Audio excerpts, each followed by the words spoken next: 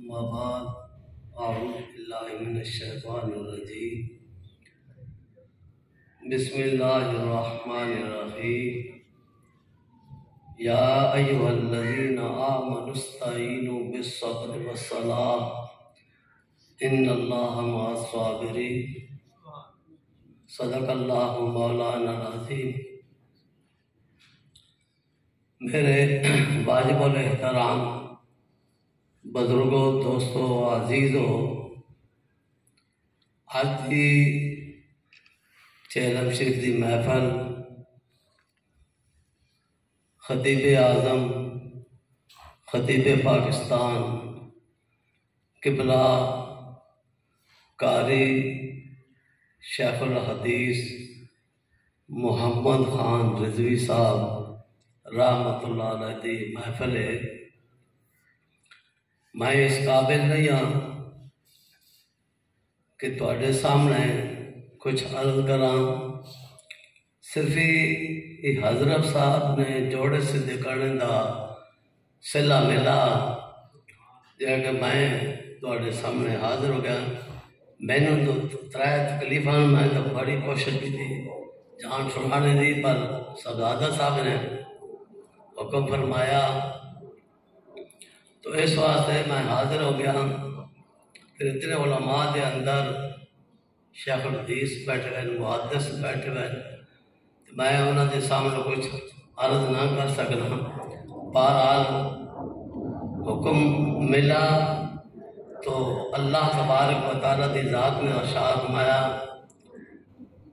یا ایھا الذین آمنوا استعینوا بالصبر والصلاۃ ان اللہ مع الصابرین۔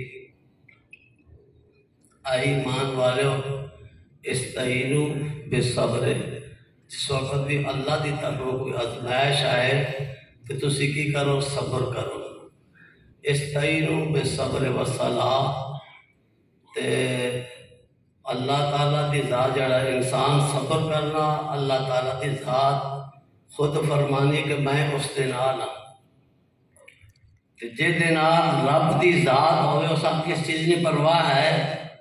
کسی دنیا دار دی پرواہ ہے؟ اس آپ کسی دنیا دار دی بھی پرواہ نہیں ہے۔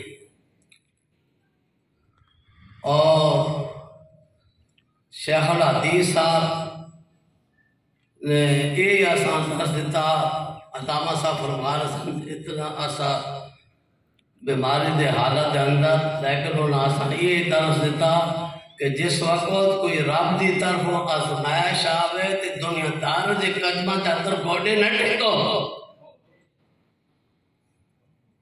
صبر کرو۔ تو ساں دنیا دار دی ضرورت نہیں، دنیا دار تو آڑے قدمہ دے اندر آکے بیٹھ۔ اس واسطے سیدنا امام علی مقام امام حسین رضی اللہ تعالیٰ یزید کے سامنے چکے نہیں، فرمایا کہ صبر کر سو تو دنیا دارہ دے سامنے نہ چکو، رب دے سامنے چکو تو اللہ تعالیٰ دی ذات تو آڑے نال ہے، تو آڑی مدد فرماسی۔ تو اس واسطے علامہ صاحب فرما رہے ہیں کہ اللہ تبارک و تعالیٰ دی ذات نے انہوں دی قبر ہوتے کروڑ ہار رحمتہ نازل فرمائے، اور اس دارے نو دن چگنی رات چگنی ترقی نصیب فرمائے۔ اللہ تعالیٰ دی ذات آسان عمل کرنے توفیق نصیب فرمائے، انہوں دے نقش قدم دوتے چلنے توفیق نصیب فرمائے۔ وما علینا الا البلاغ۔